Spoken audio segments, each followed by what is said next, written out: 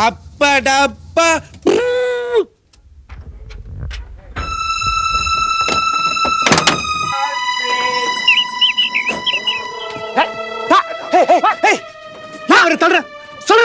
வைத்தியங்கள்லாம் கொஞ்சிட்டா இருக்க முடியும். அது சரி, நீ யாரு? He is my father. தசு புசுன்னு இங்கிலீஷ்ல பேசினா யாருக்கு புரியும்? அவர் என் அப்பா. அடடே, அதான் அனாதையா விட்டு போயிட்டியாக்கும். என்ன சொல்ற நீ? சார், இவர் தான் நேத்து நான் ஊருக்குள்ள பார்த்தேன்.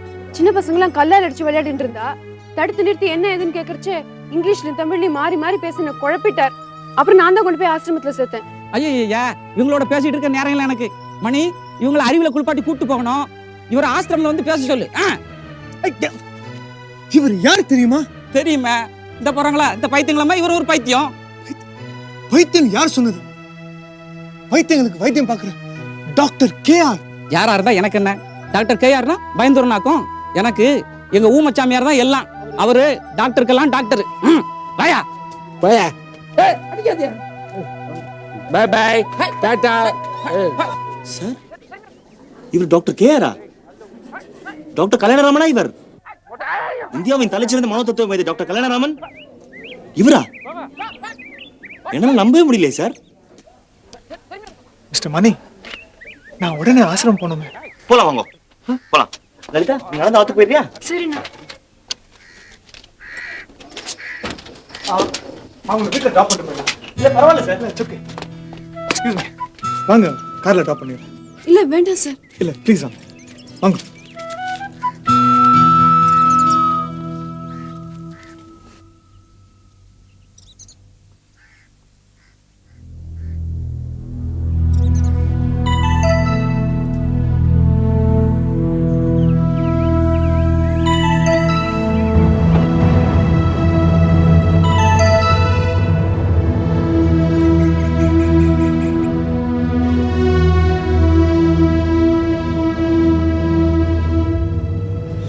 கவலைப்படாதீங்க பிரசாத். முன்ன நீங்க எனக்கு ஆறுதல் சொன்னேன், இப்போ நான் உங்களுக்கு சொல்றேன். No, it's okay. அப்பாவை பொறுப்பாக கொண்டு போய் ஆசிரமத்தில் சேர்த்ததுக்கு ரொம்ப தேங்க்ஸ். அப்படி அப்பாவை ஆசிரமத்தில் சேர்த்ததுனால தான் தன்னை பாம்பு கடிச்சா லலிதா நினைச்சிட்டு இருக்கா. What nonsense. அதான் சித்தர்பட்டி, எங்க ஊர் மர்ம கோயில்ல ஓலெல்லாம் வரும். ஓலை? ஓலைன்னா? இந்த பண ஓலைல பண ஓலை, அதில் தான் சுவாமி கிட்டே இந்த மெசேஜ் வரும். வாட்? ஆச்சரியமா இருக்கு. இதுல ஆச்சரியப்படுறதுக்கு ஒண்ணும் இல்ல. புராணத்துல இதுக்கு ஆதாரம் இருக்கு. சிவபெருமான் தம் பக்தருக்கு ஓலையில பதில் சொன்னதா கதையே இருக்கு. அந்த காலத்துல நடந்தது இப்போ இந்த காலத்துல எங்க ஊர்ல நடக்கிறது, அவ்வளவுதான். I'm sorry. ஓலை எங்க வரும்? சன்னதியை திறக்கும் போது சித்தேஸ்வரர் மேல இருக்கும்னு அப்பா சொல்லியிருக்காரு. அப்பா? எங்க அப்பா தான் கோவில் பட்டர். இன்ட்ரெஸ்டிங். இந்த மாதிரி வந்து ஒரு ஓலையில தான் ஆசிரமத்தில் புதுசாக யாரையும் கொண்டு போய் சேர்க்கக்கூடாது அப்படின்னு மெசேஜ் வந்தது. Very interesting. இதை விட இன்ட்ரெஸ்டிங்லாம் கூட இருக்கு. ஓலையில் மிரட்டல்லாம் கூட வரும். கும்பாபிஷேகம் பண்ணாத, பண்ணா அவ்வளோதான், என்னை பற்றி கேள்வி கேட்காத, கேட்டால் செத்து போயிடுவே அப்படின்னு நிறையா வரும். அண்ணா, நீ சுவாமியை தப்பா புரிஞ்சுட்டு பேசுற. இதெல்லாம் நன்னா இல்ல. மிஸ்டர் மணி, இங்க தீராத வியாதி கூட குணமாகும்னு சொல்றாங்களே, உண்மையா? உண்மை, மிகப்பெரிய உண்மை. இங்கே பைத்தியம் தெளியறது, புத்துநோய் சரியாக போகிறது, குஷ்டம் குணமாறுது, சத்தியம். ஆனால் ஆட்கள் கொல்லப்படுறதும் சத்தியம். இந்த ரெண்டு விஷயங்களுக்குமே சுவாமி மேலே பழி போட்டு ஒரு கும்பல் ஊரை ஏமாத்தின்னு இருக்குன்னு நான் நினைக்கிறேன். நீ நினைக்கவும் வேண்டாம், காயப்படவும் வேண்டாம். சார், நீங்க அண்ணா பேச்சை கேட்காதல். அவன் ஒரு நாத்திகன்.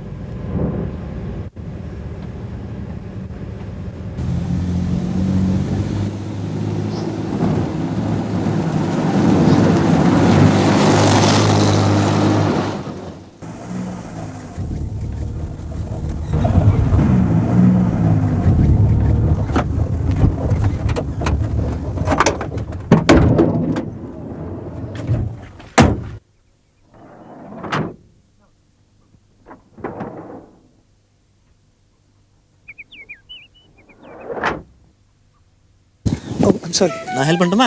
வேண்டாம். பார்த்து வாங்க.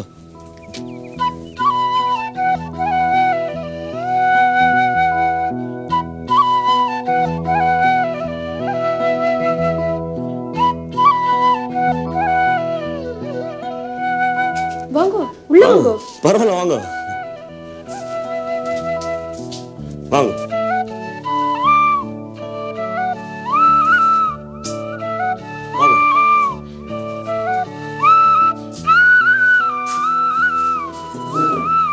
உட்காருங்க. உட்காருங்க. அண்ணா அதான் ஒரு நிமிஷம். லலிதா, அண்ணா அவர் காப்பி சாப்பிடுவாரோ அண்ணா? யாருக்கு தெரியும்? நீ போடு, நான் சாப்பிட்றேன். அப்பாட்ட உனக்கு பாம்பு கடிச்ச விஷயத்த சொன்னா நம்பவே மாட்டா. அத்தனை சுருக்கா நடக்க ஆரம்பிச்ச நீ. அப்பாக்கு இந்த விஷயம் தெரியாமே இருக்கட்டுமே. அப்ப பிரசாத அப்பாக்கு எப்படி அறிமுகப்படுத்துறது? என் ஃப்ரெண்டுன்னா அவருக்கு தான் என் ஃப்ரெண்டுனாலே ஆகாது. சரி சொல்லு, ஆனா பக்குவமா சொல்லு. அண்ணா சீக்கிரமா போனா, வீட்டுக்கு வந்த விருந்தாளி வெளியே தனியாவே உட்காந்து வச்சுட்டு வந்துட்டோம்.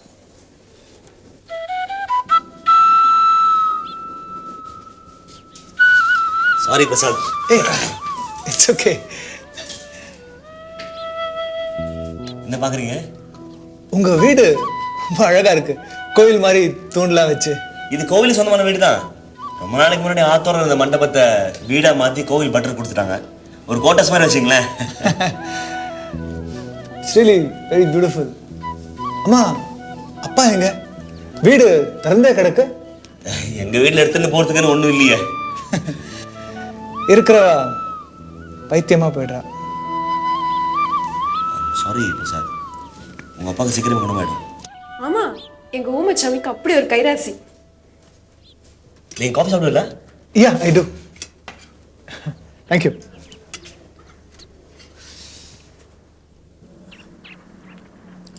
Wow, good coffee. இது என்ன நல்லா சமைப்பா தெரியுமா? ரியலி? லலிதா, நீ சமைச்சு வை, நான் ஆசிரமத்துக்கு போயிட்டு வந்துடுறேன். சரி. மடி லலிதா, தோ வந்துட்டேன்ப்பா.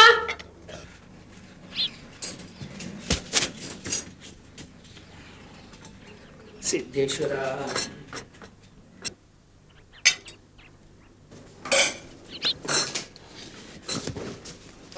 நமஸ்காரம். யாருடா இந்த தம்பி? பேர் பிரசாத். நம்ம லலிதாவை காப்பாத்தின புண்ணியமா. என்னடா சொல்ற? அறிவுக்கு போறச்சே லலிதாவை பாம்பு கடிச்சிட்டு ஐயோ, இவர் தற்செயலா அங்க வந்தார். சட்டுன்னு ஃபர்ஸ்ட் எய்ட்லாம் பண்ணி வைத்தியத்தை கூட்டு போனாரோ பழச்சா. என்னம்மா இது? இப்படி அஜாக்கிரதையா இருக்கலாமோ? எனக்கு ஒண்ணும் இல்லப்பா, நான் நன்னாயிட்டேன். நீ நன்னாயிட்டே சரி, நமக்கு ஏன் இப்படியெல்லாம் நடக்கிறது? நாம யாருக்கு என்ன பண்ணோம்? பகவான் வார்த்தைக்கு எதிராக நடந்தியோன்னோ, அதான் இப்படி. ஒருத்தர் கல்லடி பட்டு தெருவில் தெரியச்சே அவர் கொண்டு போய் ஆசிரமத்தில் சேர்க்கறது மனிதாபிமானம், அதாவது உதவி. அதை தப்புன்னு ஒரு கடவுள் நினைச்சுட்டு பாம்பெல்லாம் ஏவி விட்டு கடிக்க வைக்கிறதுலாம் அரக்கத்தனம். வாய மூடுறா, நான் உன்னண்ட பேசுறேன். அரக்கத்தனத்துக்கும் கருணா கடாட்சத்துக்கும் வித்தியாசம் தெரியாதவல்ல உன் தோப்ப. சித்தேஸ்வரா, நீக்கு இப்படி ஒரு பிள்ளையா? அப்பா, வீட்டுக்கு வந்த விருந்தாளி முன்னாடி இப்படியா நடந்துப்பா? அண்ணா, நீ சுத்த வாயை மூடிட்டு இருக்கியா? Sorry sir. நோ நோ, பரவாயில்ல. I am sorry mister Prasad, நீங்க தப்பா நினைக்காதீங்க. நானும் எங்க அப்பாவும் இப்படித்தான். இப்படிதான்னா சாதாரணமாக தானே பேசிக்கிட்டீங்க. இல்லை, எவ்வளோ சாதாரணமாக பேசியிருந்தாலும் அப்பாவுக்கு கோவிலையோ சாமியோ எதுவும் சொல்லிடக்கூடாது. அப்போ ஏற்பட்ட ஒரு பக்தி, ஏன் வெறின்னு சொல்லலாம். Mister Mani, if you don't mind, நாம கொஞ்சம் ஆசிரமம் வரைக்கும் போயிட்டு வரோமா? நான் எங்கள் அப்பாவை பார்க்கணும். போகலாம் வாங்க.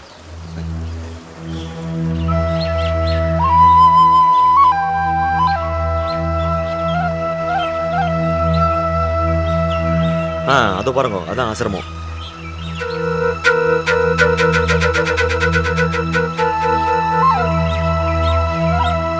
எங்க போறீங்க? இங்க வாங்க.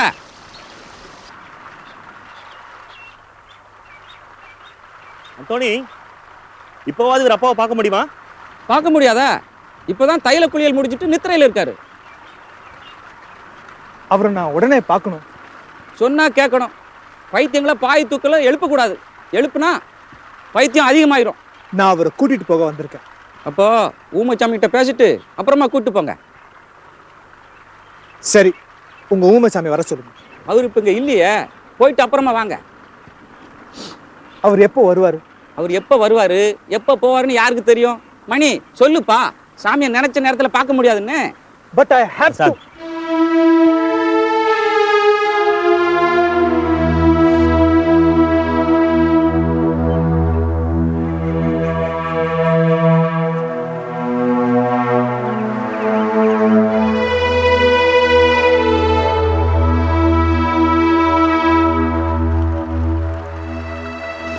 பிரசாத், அப்பாவை பார்த்து பேச முடியல, வருத்தமா இருக்கா? Yes Mani, as a son இனியும் நான் பார்த்துட்டு சும்மா இருக்க முடியாது. அப்பாவுக்கு நல்ல ட்ரீட்மெண்ட் கொடுக்கணும்.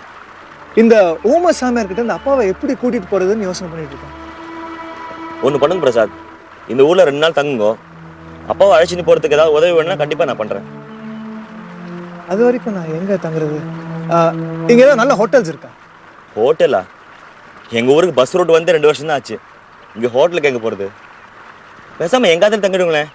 நோ, அதெல்லாம் அவ்வளோ நல்லா இருக்காது மணி. மோரோவர் உங்க அப்பா உங்க சிஸ்டர் இதுக்கு சம்மதிக்கணுமே. அவளை பத்தி கவலைப்படாத. அப்பா கோவில் விஷயத்துல மட்டும்தான் என் பேச்சு கேட்க மாட்டார். மற்ற விஷயங்கள் நான் சொன்ன ஏத்துப்பார். அதெல்லாம் நான் பாத்துக்கிறேன், விடுங்க. தேங்க்ஸ் மணி. அது பரவாயில்ல இருக்கட்டும். இந்த ஓமசாமி யாருன்னே பார்க்க முடியலையே. யார் அவர், எப்படிப்பட்டவர்னு உங்களுக்கு தெரியுமா? வாங்கோ, போயிட்டே பேசலாம். வாங்கோ, பார்த்து. ஊமச்சாமிக்கு வயசு 120 இருக்குன்றா. அவர் யார் என்ன கேட்டாலும் எதுவும் பேச மாட்டார். அவர் உண்மையாவே ஊமையா இல்ல பேச முடிஞ்சு பேசாம இருக்காரா ஒன்னும் யாருக்கும் தெரியாது. அப்படியா? ரொம்ப ஆச்சரியமா இருக்கே. இது மட்டுமா ஆச்சரியம்? இந்த ஊரோட கோவில், அதோட விதிமுறைகள் எல்லாமே ஆச்சரியம் தான். சில பேர் செத்துட்டதா சொல்றாங்களே இந்த கோயில்ல. ஆமா, சமீப காலமா 3 பேர் செத்து போயிட்டா. முதல்ல என் ஃப்ரெண்டு ரிப்போர்ட்டர் ஸ்ரீகாந்த், அப்புறம் எங்காவது வேலைக்காரன் பசுபதி, அப்புறம் அதை விசாரிக்க வந்த இன்ஸ்பெக்டர். இந்த மாதிரி 3 பேர். அந்த காலத்துலாம் திருட வந்தவாளை மட்டும்தான் காலபைரவ சாமி கொண்டுட்டா சொல்லிட்டு இருந்தா. இந்த காலத்துல நல்ல வாழை செத்துட்டு இருக்கா. இவங்கெல்லாம் எப்படி சாகுறாங்க? நாய் கடிச்சு போட்டுருது. நாயா? மூடின கோயிலுக்குள்ள நாய் எப்படி வரும்? அதான் மர்மம். நாய் வரதனும் உண்மைதான். நானும் பார்த்துருக்கேன். பசுபதி கொண்ட நாயை பார்த்தேன், விரட்டிட்டு போனேன். ஆனால் அது தப்பிச்சிடுது. ஊரில் கேட்டால் காலபைரவ சுவாமி தான் நாய் ரூபத்தில் வந்து கொள்றதா சொல்லிட்டு இருக்கா. ரெடிகுலஸ். ஓலையில் பதில் வருது, நாய் வந்து கொள்றது. இதெல்லாம் என்னால் நம்பவே முடியலையே. நானும் அதான் சொல்கிறேன். ஆனால் என்ன நம்புறது தான் ஆள் இல்லை. வாங்கோ. இதை போலீஸ் இன்வெஸ்டிகேட் பண்ணலையா? விசாரணை பண்ண வந்த இன்ஸ்பெக்டர் தான் சூலம் குத்தி இறந்து போயிட்டார். அதுக்கப்புறம் இந்த ஓலையில் யாருக்குமே சந்தேகம் வரதில்லை. மாறா பக்தி தான் ஜாஸ்தியாகிட்டு இருக்கு. அசந்தா இந்த மலைக்காட்டுக்கிற குயில் கூட சித்தேஸ்வர் அந்தாதி பாடும் போல் இருக்கு.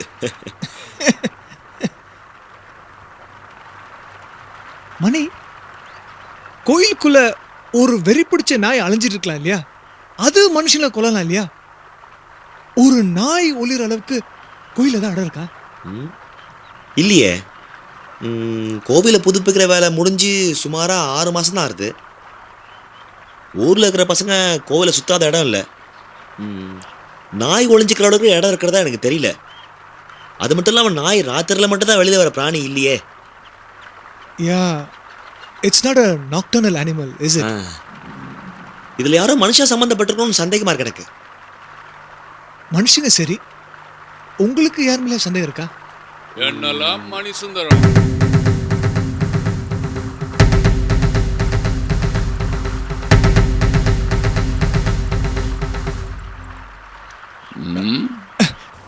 தம்பி யாரு? பட்டணத்துல இருந்து வந்திருக்காப்லையா? யாரா இருந்தா உனக்கு என்ன?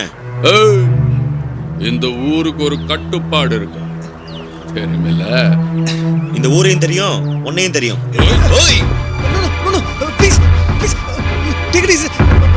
மணி சார், நான் இவருடைய உறவுக்காரன். அதான் கேட்ட.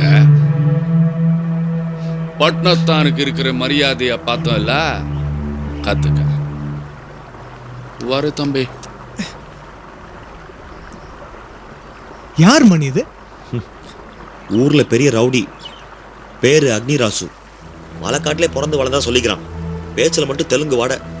சுத்து வட்டாரத்தில் இருக்கிற பெரிய பிள்ளைங்க கிட்டையும் மலைவாசி ஜனங்க கிட்டையும் நல்ல செல்வாக்கு. அரசியல் கட்சி ஏதோ ஒன்றுல சின்ன பதவி அப்படின்னு சொல்லிக்கிறாங்க. என்ன தொழில் பண்றான்னு யாருக்கும் தெரியாது. ஊர்ல நிறைய எதிரிங்க, அதுல முக்கியமானவர் அண்ணாமலை. ஏதோ ஒரு விதத்துல 2 பேருக்கும் போட்டி இருக்கு. யார் அந்த அண்ணாமலை? அவர்தான் ஊர்லயே பெரிய பணக்காரர். காட்டுல மரம் இருக்கிற குத்தகையிலேருந்து கோவில் வரவசல் வரைக்கும் அவர் கையில தான் இருக்கு. ஏகப்பட்ட அடியாட்கள், வெட்டு குத்துக்கு அஞ்சாதவர். ஆனா இந்த அக்னிராசு கிட்ட மட்டும் தன் வீரத்தை காட்ட மாட்டேன்றார். இந்த கோவில் விஷயத்துல சம்மந்தப்பட்டிருப்பாங்களோன்னு நான் சந்தேகப்படுறவங்கள இவங்க 2 பேரும் முக்கியமானவங்க.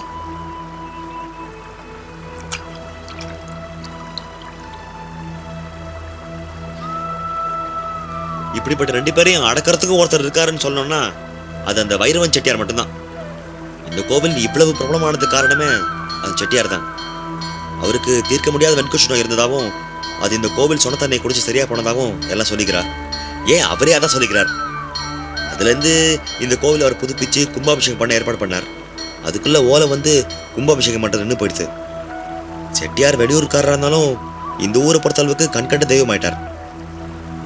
இவங்களை தவிர நான் சந்தேகப்படுறது ஊமச்சாமி, இன்னும் 2-3 பேர். இதெல்லாம் யார் செய்கிறாங்க?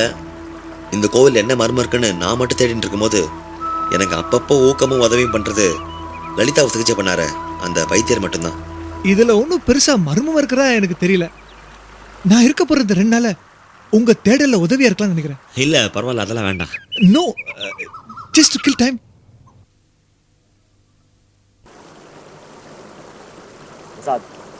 இன்னைக்கு நம்ம தேடல் வேலை ஆரம்பிப்போம். முதல்ல யாருக்கிட்ட இருந்து ஆரம்பிக்கிறது?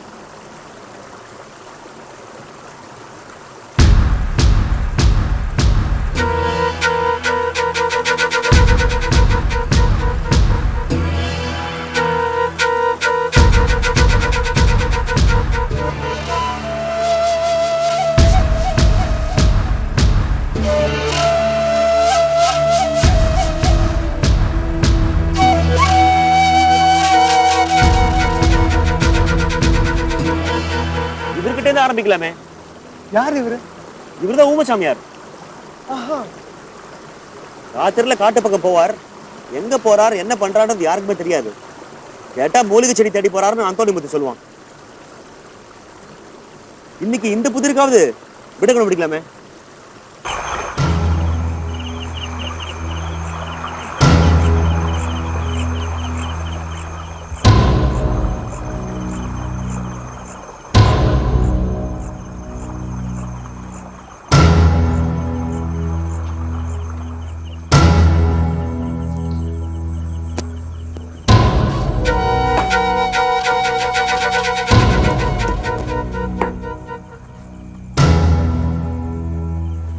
புறப்படலாம் சாமி.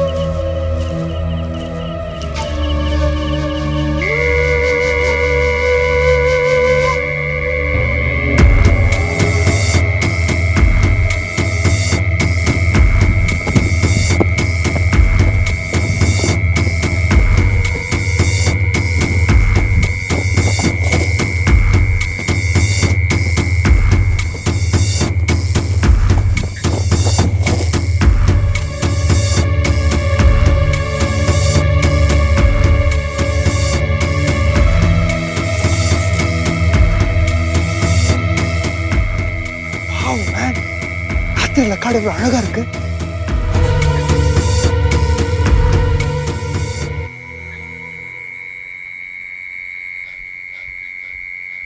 எங்க எங்க ஒரு பயமா மறைஞ்சிட்டாரு.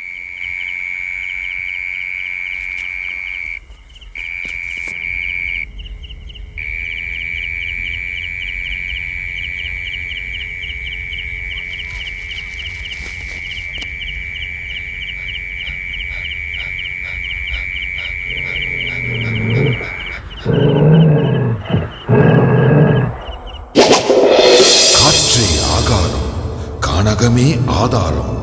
உற்றான சக்தி வற்றியே போனாலும் ஊசிமுனை கூர்மையும் உற்பாதம் செய்யாது.